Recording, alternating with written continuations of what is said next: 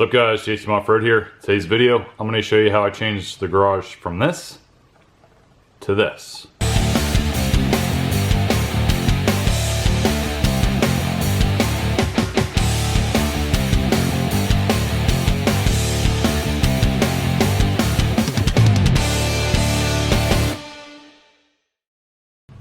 Alright, so this video is probably more for subscribers who have been around for a while, seen the garage kind of change over the years. Ever since we moved here and had this garage, I've started making changes over time. We'd get things and the garage just went through different stages of clutter. And this was one of the worst ones, and I just kind of let it go. And we just, you get more and more things that kind of just have temporary homes in a certain spot until you can find a home for it elsewhere. And it was just time for something to happen.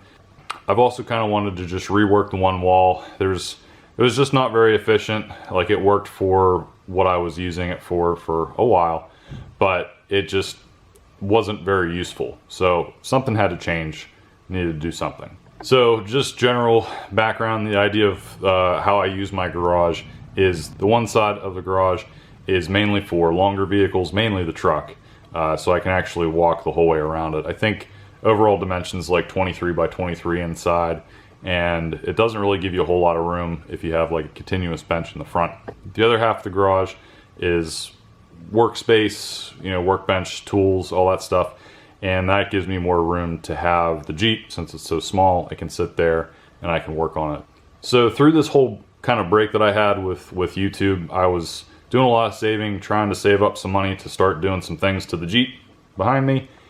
And the garage kind of took a little priority. I kind of had to start putting some money into some organizational ideas. Some people are probably looking at the garage and thinking, that's not that bad, you can work in it just fine. And that's true. It's unfortunately just not how I work. I don't do well with clutter. It's kind of unmotivating and depressing to me. Just really wanted to get this whole garage set so I could start working on things again. It's hard when I'm fumbling through stuff, tripping over stuff. It's just not great. So I really wanted to get this, all decluttered, better shape.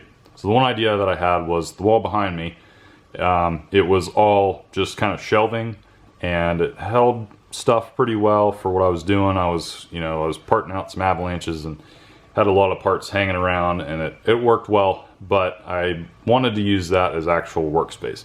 So I drew something up in CAD and kind of got an idea of what I want to do. So I got that down, and I needed to do something with all the other stuff. That was all shelving that had stuff that really needed to go or needed to find a new home.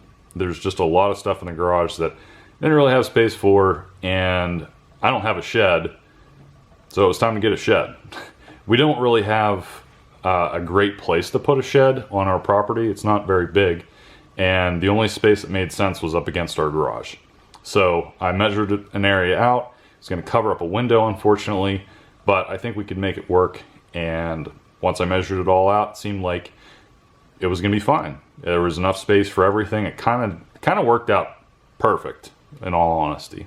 So I was looking around for a type of shed to get, and I figured I would just get a kind of like a resin shed, and I found one at Lowe's, Craftsman, and it's pretty much just a rebranded Suncast. The packaging actually has Suncast on the packaging. The assembly of the shed was really no problem. It was really quick. The thing that took the more time was just getting everything prepped.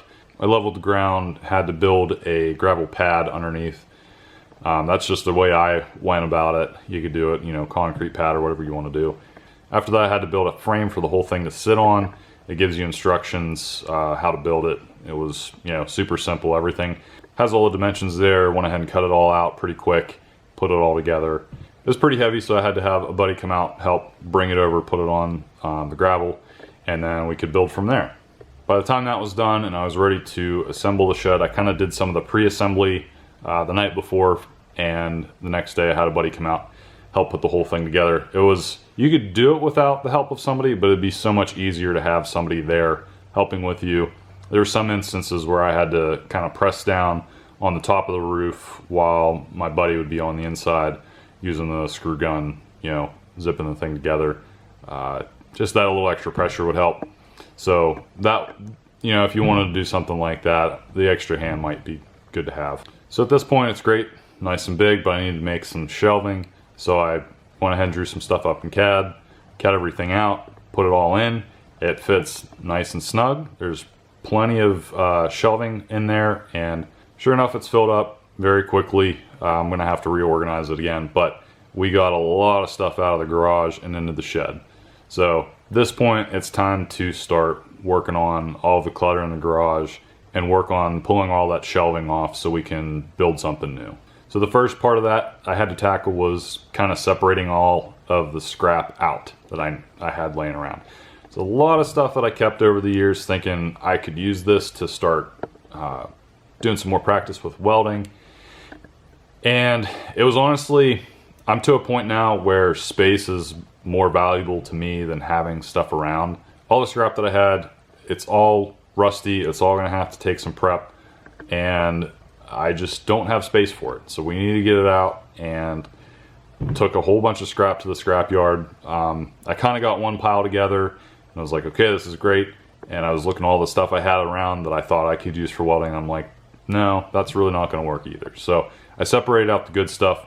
I have that set off into a drawer specifically for that.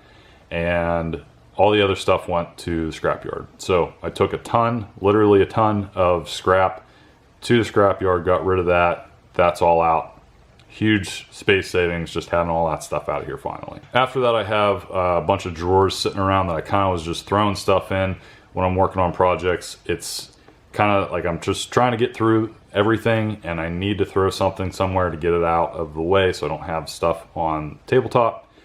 Ends up in a drawer, and once I went through all my drawers, I really didn't have a whole lot that actually needed to be in the drawers. It was a lot of stuff that just needed thrown out. Some stuff had to go somewhere else. So we gained some drawer space back. Gonna be able to put some more tools in there. So that was great, finally going through all that stuff. Finally got to a point where it was just garbage that needed to go out. I had tons of bags of garbage, unfortunately. And we cleared out the space, got all the shelving down, and it was time to build new. So I finally decided that I didn't have to have all of my extra parts and stuff in drawers. The drawers made more sense for tools, maybe some building materials or something. And then the extra parts, those could go in bins. So I got some heavy duty bins over at Sam's Club, and those are working great. That looks a whole lot more clean, and the parts that I have, I mean, I'm not using them all the time, so it's better off just being in a bin. So I figured that'll be in a spot specifically underneath this workbench, and we'll have drawers off to the side and work great. I do like to have some spare building materials on hand if we're doing projects with wood or metal. I want to have an area dedicated to that. So I kind of continued what I had before and created a low shelf that all the stuff could stand up in one spot. I do make my workbenches a little taller just because since I am a taller person, sometimes the lower workbenches aren't as great. You have to bend over a little bit more. I wanted to be able to put my air compressor underneath one of the workbenches. Unfortunately, it's just a little too tall to fit underneath. So this ended up having to go on the building material shelf as well. So after all this, we have a super nice long wraparound bench, so much worktop space. I'm planning on getting some more tools to probably have along this bench on that wall. So that's going to help out for, it's mainly going to be hopefully for some fabricating tools, bandsaw, belt sander, things like that. Hopefully I'm going to have those along that wall. Probably try to do something else, maybe actually finally use the pegboard, put tools up along there. I don't know, still have to figure that one out. So this was great. We got all that straightened out. Now the next thing I needed to do was go through all my hardware. Over the years, I've just been throwing bolts and washers, nuts, everything, screws up into my little space for all my hardware. And every single time I need something, I barely go through that stuff, and I end up going out to the store, buying stuff, and just throwing it back up there for all the spare stuff. So I needed to go through all that. I had tons of duplicates of stuff that I had that I probably never even had to go out for. But I went through all this. It was a lot of stuff I really just needed to get rid of, wasn't useful, and ended up making out great. Everything fits up there just like I wanted. Had to buy a couple extra little bins to put stuff in, but worked out great. If you follow me on my Instagram, you've probably seen a lot of this happening over the past couple months. I guess it happened over a couple weeks. But one of the things I did was I bought these garage lights. I don't know what you call them. They're kind of like a trifold light, but they're supposed to really brighten up the space. They're LED. They fit right into a normal light socket, and they put out a lot of light. When I first put them in, it was almost distracting how bright it was. They put out 6,000 lumens, which is just quite a bit for a light. The next day, as I was going through all the hardware, it started growing on me. I noticed when I was looking around, the lights were very harsh in terms of, I had very harsh shadows. If I was taking a picture of something, there was a very harsh shadow, and it didn't really work for what I wanted to do, especially, you know, for filming and everything.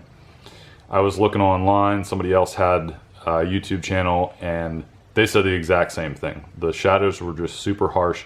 So I think maybe sometime eventually I'll try to get some different lighting. There's some strip lights you can get that all connect to each other, and then you can just plug those in. Might just do something like that.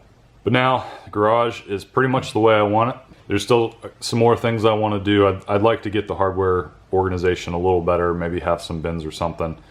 I'd like to add some drawers, would like to get the lighting, you know, a little better, and, you know, just some other random things. There'll be more that pop up.